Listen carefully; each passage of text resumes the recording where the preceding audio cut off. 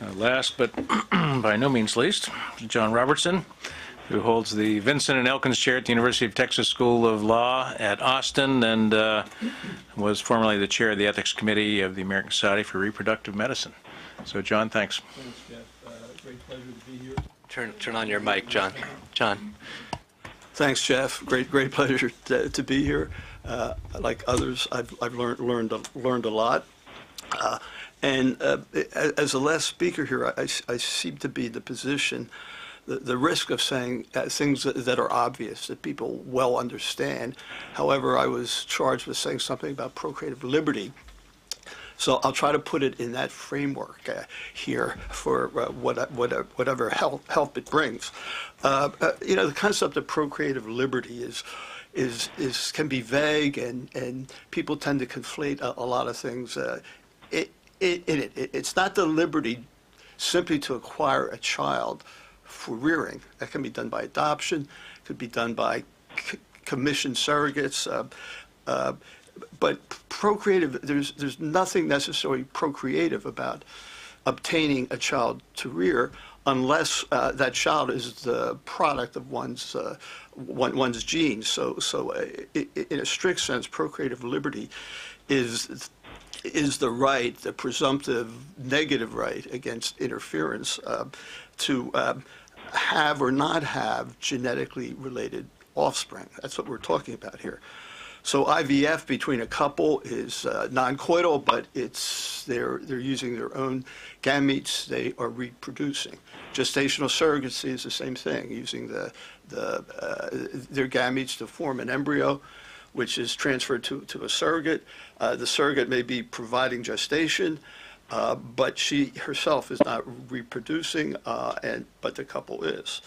In sperm donation, the donor of sperm is actually the one who's procreating because his genes are being passed on. The recipient husband is not, even though he may be the father for all purposes. And of course, for egg donation, the recipient is gestating, but is not reproducing, even though she will gestate and then rear a child. She's not reproducing. The egg donor is the one reproducing there. The egg donor who's then waived her rights to rear. So to understand MRT, the question is, are women with mitochondrial defects who want to use some technique to help have a healthy child, are they engaged in reproductive liberty?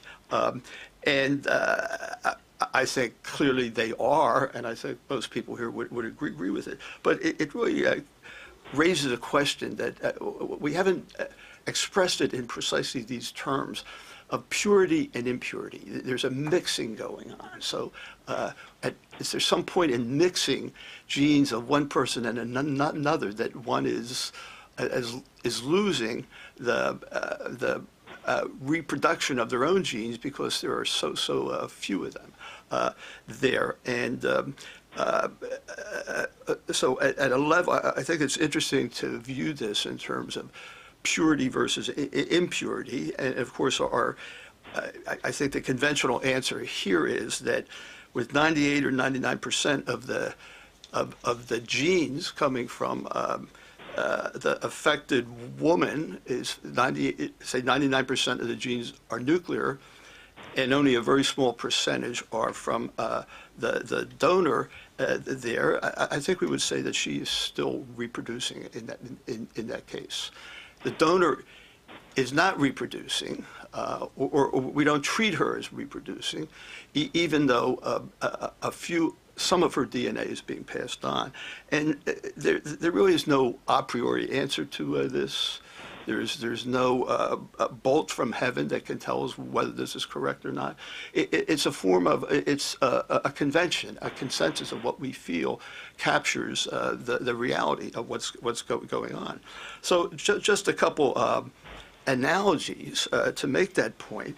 It's interesting in the reproductive cloning debate from a decade or so ago, it was always assumed that the product of that, the child who was the product of cloning, was a copy an identical genetic copy of the cells that were cloned, but in fact they were not an identical genetic copy because the mitochondria was different. But mitochondria is such a small amount that no one considered that an issue there. That there's actually more people involved in the reproduction there than one would have thought.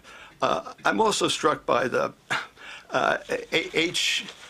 HFEA's guidance on MRT, where they make this statement that because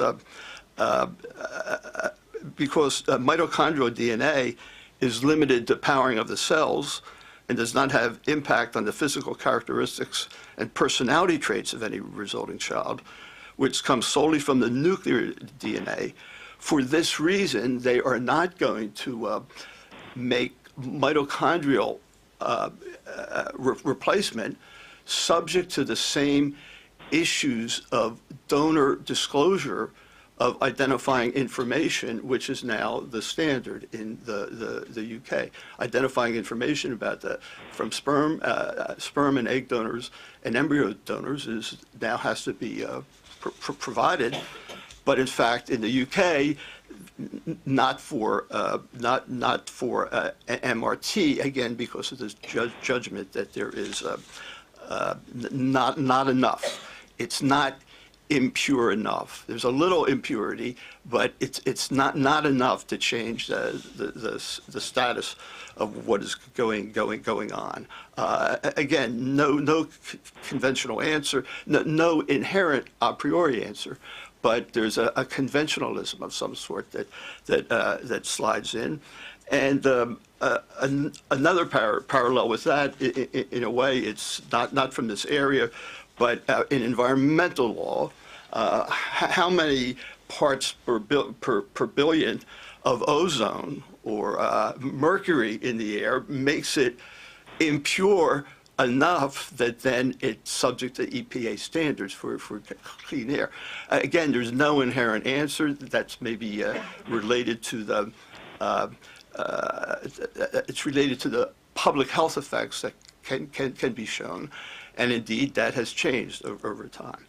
So the point is, I think there's a very good case. As I say, I think this is stating what seems obvious, that MRT therapy for a person who suffers from or is at risk of passing on, having a child with MRT defects,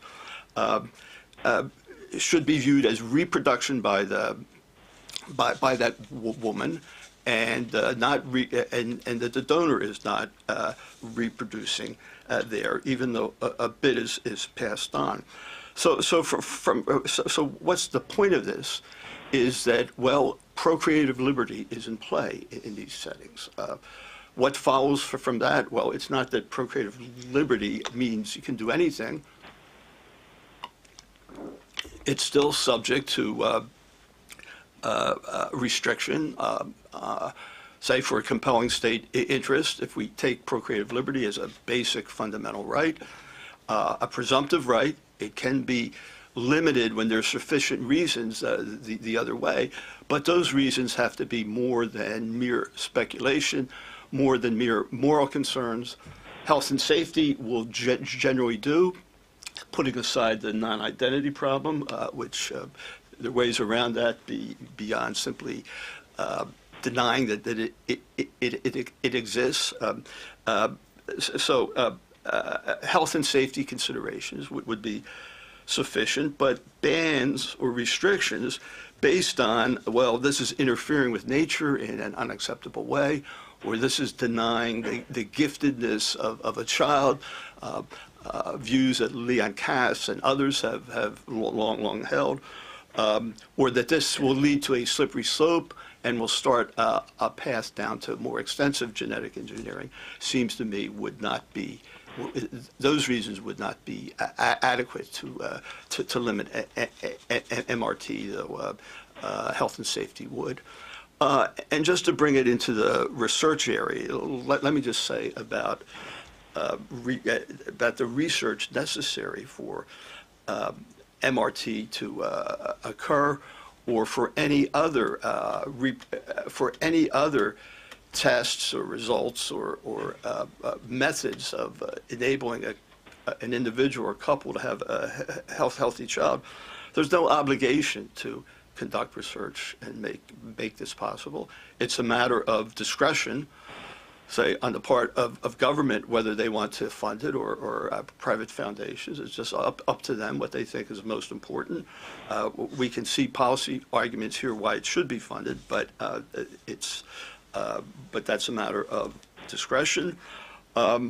What about then privately funded research? What if someone decides to go ahead and engage in privately funded research in this area? Can that be banned? Can that be greatly restricted? And we're back to the model that research that's essential to a technique to help or enable a reproductive choice to be made seems to me would fall within the canopy of reproductive liberty, and thus there would have to be good reasons to ban or restrict the research. The health and safety issues, FDA concerns seems to me would fit into that. But if the concerns are again of a moralistic nature, we don't want to fund this research because people may end up using it to have healthy children, and that will lead to, we have concerns about what that will lead to, about the germline in the future.